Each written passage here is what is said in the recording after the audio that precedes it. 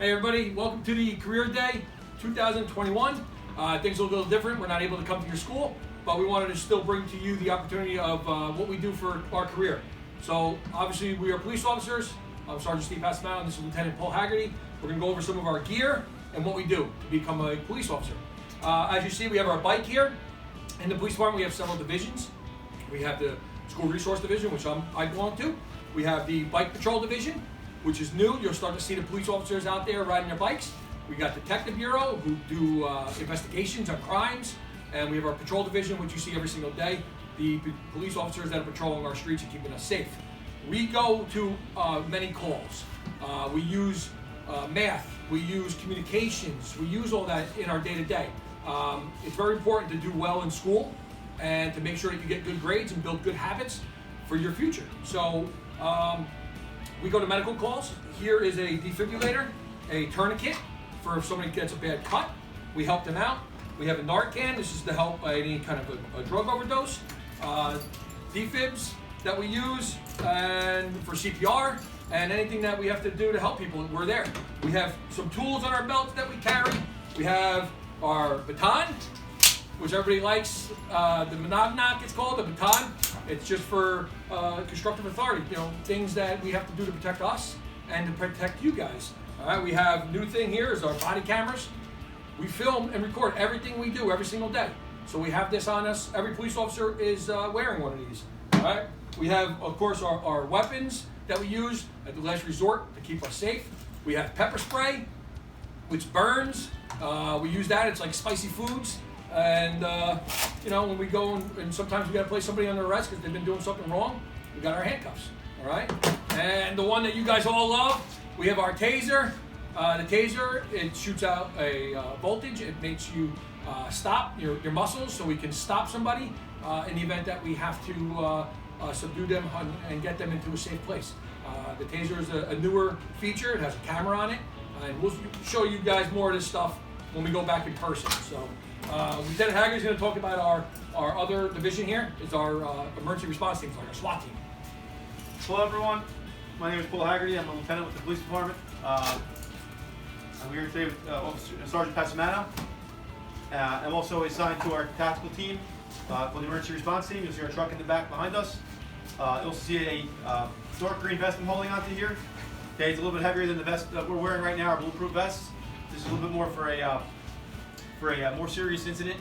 It stops a little bit higher caliber of a weapon should a perpetrator try to shoot towards us. On this vest, you see we carry the same equipment we're wearing on patrol every day: handcuffs, extra ammunition. In the back, you'll see a big medical pack to render medical aid to either be a civilian or to another officer. Should someone be injured, has a tourniquet in there and other medical supplies that will help stop bleeding. In addition to that, we carry an array of tools. Obviously, we can't get through every door without, can't carry keys to every house or structure in the township. So we have this ram here. It's called a battering ram.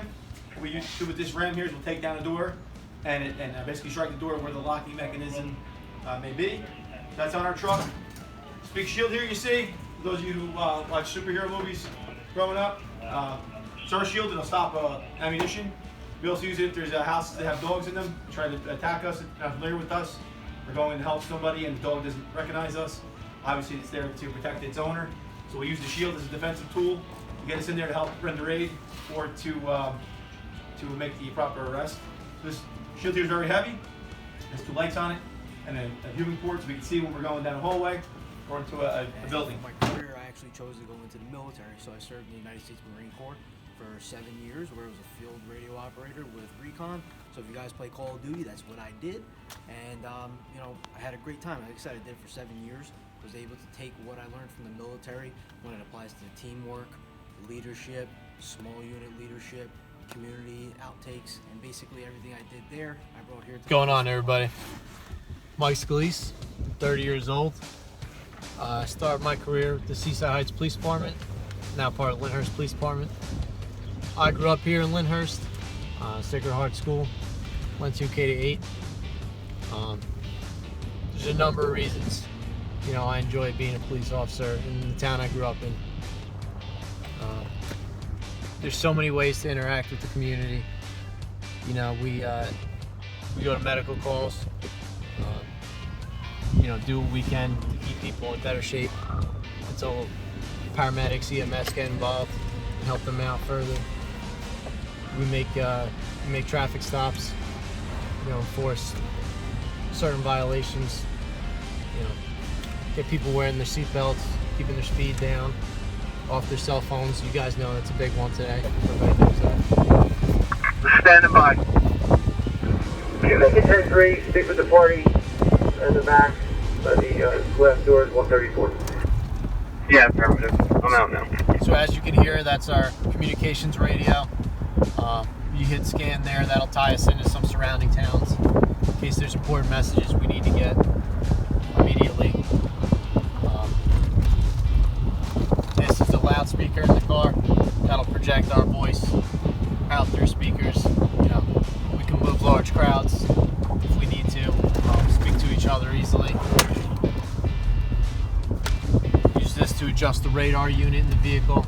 The vehicle's coming at us, the vehicle's going away from us.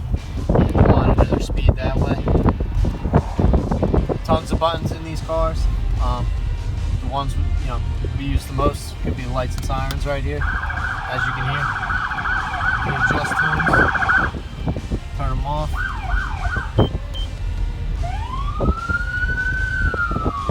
Sometimes changing up that tone will help other drivers hear it better. You know, sometimes there's